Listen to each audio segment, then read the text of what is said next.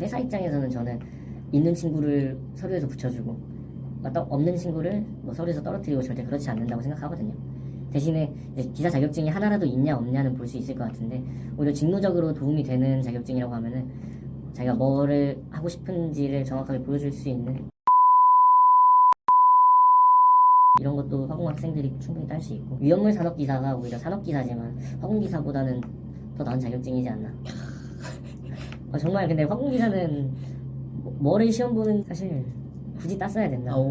따기 힘들거든요. 안녕하세요. 화학공학 취업이야기 케미스트리입니다. 오늘은 SK 하이닉스에서 장비 엔지니어로 일을 하고 있는 오봉집님을 어렵게 모셨습니다. 오봉집님 간단하게 자기소개 부탁드립니다. 네, 안녕하세요. 저는 SK 하이닉스에서 장비 엔지니어로 일을 하고 있는 오봉집이라고 합니다. 취업에 성공하셨을 때 당시의 정량적인 스펙, 학점, 어학점수, 자격증 등. 저는 지방에 있는 국립대학교를 졸업했고 학점은 조금 높은데 4.2가 조금 넘습니다. 4.21?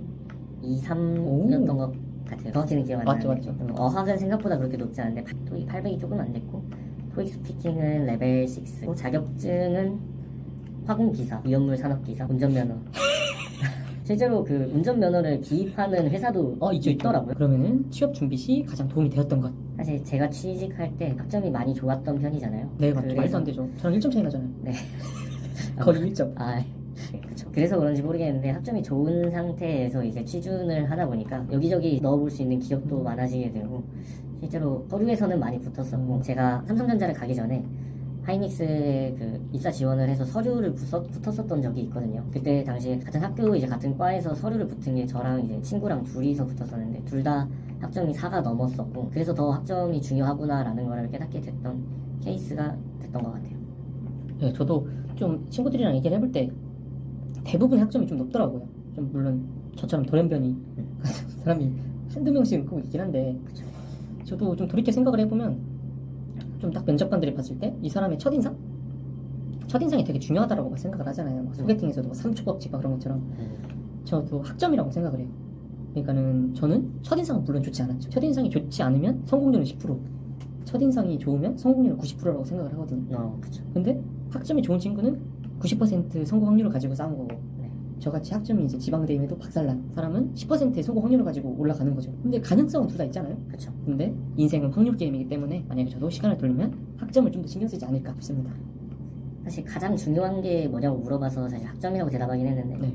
학점으로 서류를 뚫고 나서부터는 그 학점 좋은 전국의 대학생들이 얼마나 맞죠. 많겠어요. 거기부터는 이제 자기의 학점 외에 자기가 어떻게 취준을 했는지 그런 걸 보여주는 싸움인 것 같아요. 인적성도 마찬가지고, 맞죠. 인적성도 뚫어야 되고 이제 면접도 합격해야 되는데, 그건 이제 학점과는 완전 별개의 부분이 되지 않나. 맞습니다. 좋은 특히나 말씀이셨어요. 아까 10%를 뚫었다고 했는데 그런 부분에서는 더욱 면접에서는 학점보다 더욱 자기가 취준하기 위해서 어떤 스토리를 썼는지.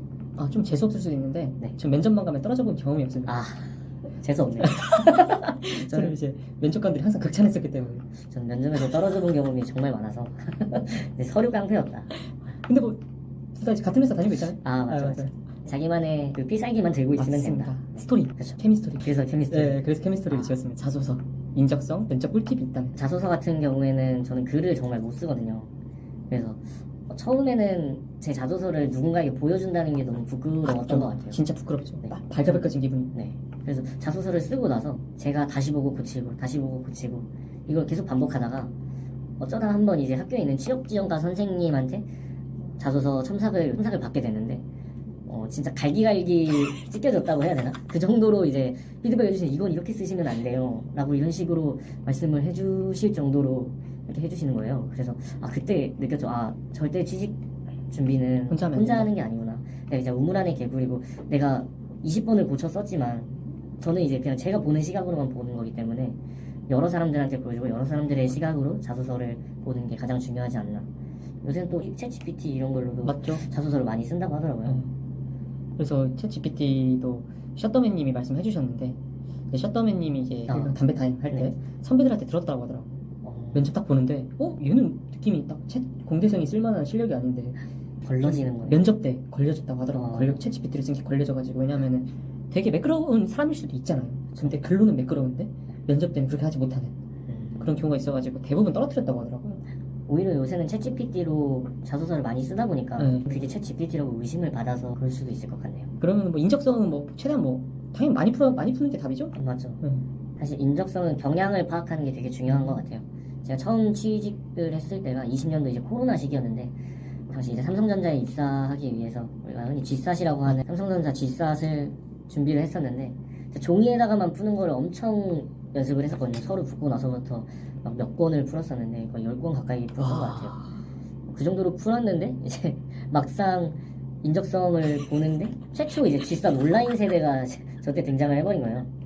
그러면서 네 과목 중에 심지어 과목도 제가 제일 약한 두 과목으로 가버리니까 이게 멘붕이 좀 오더라고요. 근데 뭐 그것도 그 전부터 준비를 조금씩 했었으니까 대응을 할 수 있었는데 이런 것처럼 요새는 인적성을 또 인터넷으로 보는 회사들도 많이 있다고 많죠. 해요. 네. 저는 그렇게 봐본 적은 뭐 삼성 말고는 없었었는데 그 회사가 어떻게 실제로 인적성을 평가하는지를 파악하고 거기에 맞게 인적성 대비를 하는 게 가장 적합한 방법이지 않나. 그리고 아까 자소서 말씀을 잘 해주셨는데 저는 좀 자소서 같은 경우는 첨삭도 받아보는 것도 좋을 것 같아요. 네. 솔직히 하이닉스 신입사원이 1억을 찍었잖아요. 원진 기준으로. 그렇죠. 그런 것처럼 하이닉스 기준으로만 봐도 6개월만 빨리 회사 다녀도 5천만 원을 버는 거고. 그렇죠. 그리고 중견 기업쯤 가도 한 4, 5천 원 벌잖아요. 그러면 6개월에 한 2, 3천 버는 건데 첨삭 같은 거 좀 받아가지고 취준생들이 좀 투자를 안 하더라고요. 저는 좀 생각을 바꾸셨으면 좋겠는 게 좀 본인들한테 투자를 어떻게든 좀 빨리 해가지고 한 달이라도 빨리 취업을 했으면 좋을 것 같아요. 저희가 좋은 대학교로 가기 위해서 초중 그때 투자했던 학원비도 이제 몇 천만 원이잖아요. 많으면 억대가 될 수도 있는데 그럴 때는 투자를 많이 했지만 대학생 때 와서 자신의 이제 밥벌이를 할 수 있는 직업을 얻게 해주는데 거기서 투자를 안 한다? 그건 좀 어불성설인 것 같아요. 학교보다도 더 중요한 게 직장이잖아요. 맞죠. 오래 다니면 평생 다닐 직장이니까 준비하는 데에 투자를 아끼지, 물론 학생이니까 맞죠. 좀 부담되긴 하죠. 그게 미래를 위한 투자라고 네. 생각하면은 술 안 먹으면 되니까. 그리고 뭐 20대 때는 대학교 물어보지만 이제 3, 40대 때는 어디 회사 다니냐. 대학교를 부심부린 애들 보면은 이제 나고되잖아요. 사회적 모임에서. 사실 사회 나와서는 어디 대학 나왔는지 당장 제 옆에 앉아있는 부서 사람도 어디 대학 나왔는지는 모르거든요. 사실 그거에 대해서 관심이 없으니까. 맞죠. 궁금하지도 않고 나한테 피해만 안 주면 되잖아요, 업무적으로. 그쵸. 그러면은 이제 면접 꿀팁.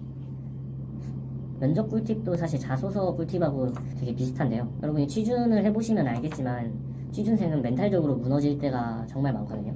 그게 사실 자소서에서 떨어지면은 조금 그래도 털고 일어날 수 있는 정도. 자소서는 진짜 수십 군데에 막 쓰면서 떨어지면은 그냥 털고 일어날 수 있을 정도인데 케미스토리님은 면접에서 떨어져 본 경험이 없다고 하셨잖아요. 거의 없죠. 거의 한두 번 있습니다. 네. 저도 사람인데 저도 학점으로 10분 동안 저를 두들겨 패더라고요, 진짜. 거기 그 회사는 또 인재를 넣었잖아요. 다행히 사람이 어떻게 될지 모르는 것 같습니다. 그리고 면접도 똑같다고 생각하는데 면접을 절대 혼자 준비하지 마시고 면접에서 떨어지면은 진짜 멘탈적으로 많이 힘듭니다. 맞죠. 제가 L사 면접을 봤을 때 제 첫 면접이었거든요. 첫 회사 이제 면접이었는데 떨어지고 나서 진짜 너무 힘든 거예요. 울었어요? 왜냐면은 울지는 않았는데 저 울었습니다. 눈물이 많으신 감성적인 멘탈적으로 이거 많이 힘든데 사실 혼자였으면 제가 멘탈이 많이 약한 편이어서 다음날 바로 털고 일어나지 못했을 거예요.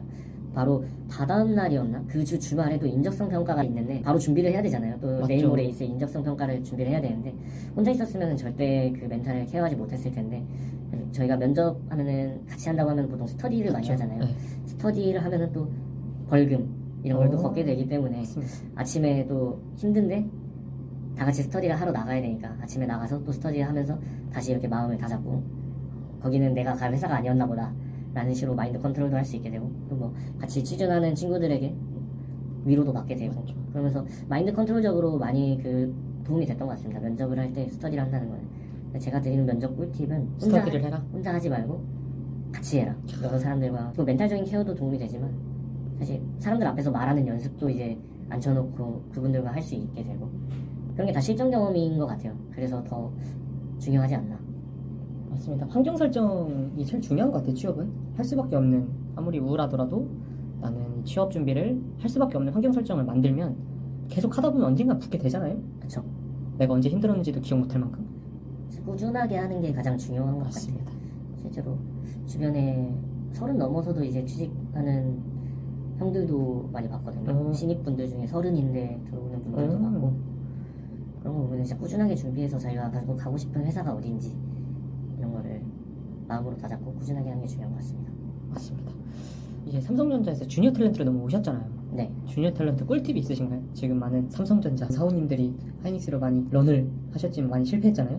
그쵸. 사실 제가 삼성전자에서 이제 하이닉스로 넘어올 때만 해도 하이닉스가 이렇게 삼성전자보다 훨씬 잘 나가지는 않았을 때였고, 실제로 퇴사한다고 했을 때 삼성전자에 있는 사람들은 굳이 왜 하이닉스를 가?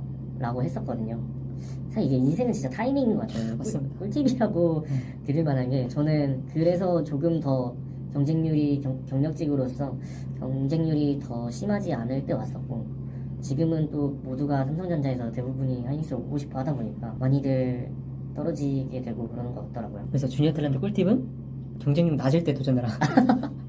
아이고, 그렇게 말씀하셔도 되죠. 그게 맞다면 그럼 화공기사를 아예 도움이 안 됐다고 하는 사람들도 대다수더라고요. 근데 네. 취준생들이 화공이면 화공기사를 당연히 따야지라는 생각으로 많이 따는데, 이거에 대해서는 또 어떻게 화공기사에 대한 오봉집님만의 생각? 저는 사실 화공기사는 꼭 필요한 자격증이냐라고 하면은 꼭은 아니라고 말하고 싶어요. 저도 화공기사가 있지만 사실 화공기사 있고 없고의 취준생들은 어떻게 느낄지 모르겠지만, 회사 입장에서는 저는 있는 친구를 서류에서 붙여주고 없는 친구를 뭐 서류에서 떨어뜨리고 절대 그렇지 않는다고 생각하거든요. 대신에 이제 기사 자격증이 하나라도 있냐 없냐는 볼 수 있을 것 같은데, 오히려 직무적으로 도움이 되는 자격증이라고 하면은 자기가 뭐를 하고 싶은지를 정확하게 보여줄 수 있는 산업안전기사, 화학공학과 학생이 딸 수 있는 자격증에는 대기기사나 수지기사 이런 것도 화공학생들이 충분히 딸 수 있고, 위험물 산업기사가 오히려 산업기사지만 화공기사보다는 더 나은 자격증이지 않나. 화공기사의 위상이 산업기사한테 지는. 정말 근데 화공기사는 뭐를 시험 보는지 쓰레기다? 아니 그렇지 않아요. 그건 아니고요. 20대 때 가장 잘못한 선택? 화공기사? 사실 굳이 땄어야 됐나. 오. 따기 힘들거든요, 기사 자격증. 진짜 저는 솔직히 화공기사 못 땄어요. 거의 그냥 달달달 외워서 보는 그냥 전공시험 같은 느낌이잖아요. 저는 못 따가지고 산업안전기사를 딴 거였는데, 그게 취업 때 이렇게 많이 도움이 될지 몰랐습니다. 항상 뭐 화공인데 화공기사 왜 안 땄냐 하면은, 저는 항상 생산도 중요하지만 안전도 더 중요하다라고 말하면서 이제 사실 회사에서는 네. 안전을 최우선으로 또 네. 생각하기 때문에 회사가. 왜냐면 한 명 죽으면 셧다운. 그렇죠. 네. 되게 위험하기 때문에 도움되는 말씀 많이 되게 해주신 것 같아요. 자격증을 되게 많이 물어보더라고요. 면접 당시 기억에 남는 질문. 삼성전자 면접을 볼 때가 생각이 나는데, 당시에 그 임원분이셨는지 모르겠는데 저한테 좀 뜬금없는 질문으로, 지금 이거 면접을 보고 있는데 친구가 급한 일이 생겨서 와달라고 하면은 어떻게 할 거예요? 응? 라는 질문을 받은 적이 있어요. 근데 사실 제가 저는 친구한테 가겠습니다 라고 대답을 하고, 이거 잘못 말했다 라고 생각이 딱 드는 거예요. 이거는 무조건 면접을 끝까지 치른다고 말을 해야 되는데, 이거 친구한테 가야겠습니다 라고 말하고 나서 잘못 말했다 라고 생각이 들었는데, 이미 말했잖아요. 이미 대답을 했으니까 밀어붙였죠. 제가 저만의 생각이 왜 심사위원이 아니라 면접관들도 심사위원이긴 하죠. 당황했던 것 같아요. 간다고? 지금 면접 보다가 친구한테 간다고? 당황했던 것 같은데, 면접 시간 줄였다. 감축 개꿀 이렇게 했어. 그랬을 수도 있어요. 간다고? 왜지? 하고 들어보자 라는 식이었던 것 같은데, 지금도 그렇지만 저는 뭐 일도 중요하지만 사실 사람이 제일 중요하잖아요, 인생 살면서. 그런 얘기를 막 이렇게 했었던 것 같아요. 여기에서 제가 생각하는 거는, 면접은 사실 면접관들은 하루 종일 이제 뭐 며칠 동안 시즌에는 면접을 보시잖아요. 맞죠. 그러면은 취준생들이 거의 준비하는 대답이 똑같은 것 같아요. 물어보는 질문에서 대동소이하죠. 거기서 뭔가 임팩트를 주지 않았을까. 남들이 준비하는 거는 다 준비하되, 남들이 준비하는 건 다 준비해야죠. 근데 거기에 자기 뭐 플러스 알파가 될 만한 거라든지, 약간 예상 못한 답변을 한다든지, 그런 것도 저는 나쁘지 않은 것 같아서. 그래서 저도 좀 생각을 해보면, 저는 면접 질문 같은 거를 따로 준비를 안 했었어요. 그래서 그냥 저만의 생각을, 저는 면접에 정답이 없다라고 생각을 하고 저만의 생각을 밀어붙였거든요. 근데 다들 좋아하시더라고요. 근데 오봉진님 말씀 들어보니까 제가 되게 독특했을 것 같아요. 그렇죠. 이 학점 낮은데 붙였더니 왜 이렇게 재밌냐? 면접관들한테 조금 리프레시가 되지 않았을까. 어떤 한 면접 대기업이었었는데 실무진에서 이제 서로 저 데리고 가고 싶어 했었거든요. 그래서 막 어디 부서가 좋은 거 같냐 이런 식으로 말했었어요. 저는 당연히 둘 다 좋다고, 어디서는 잘 일할 수 있다라고 말을 했었는데, 되게 저는 신선하게 다가와서 좀 면접 합격률이 좋지 않았나 좀 생각이 됩니다. 학점은 물론 엄청 낮긴 했음에도.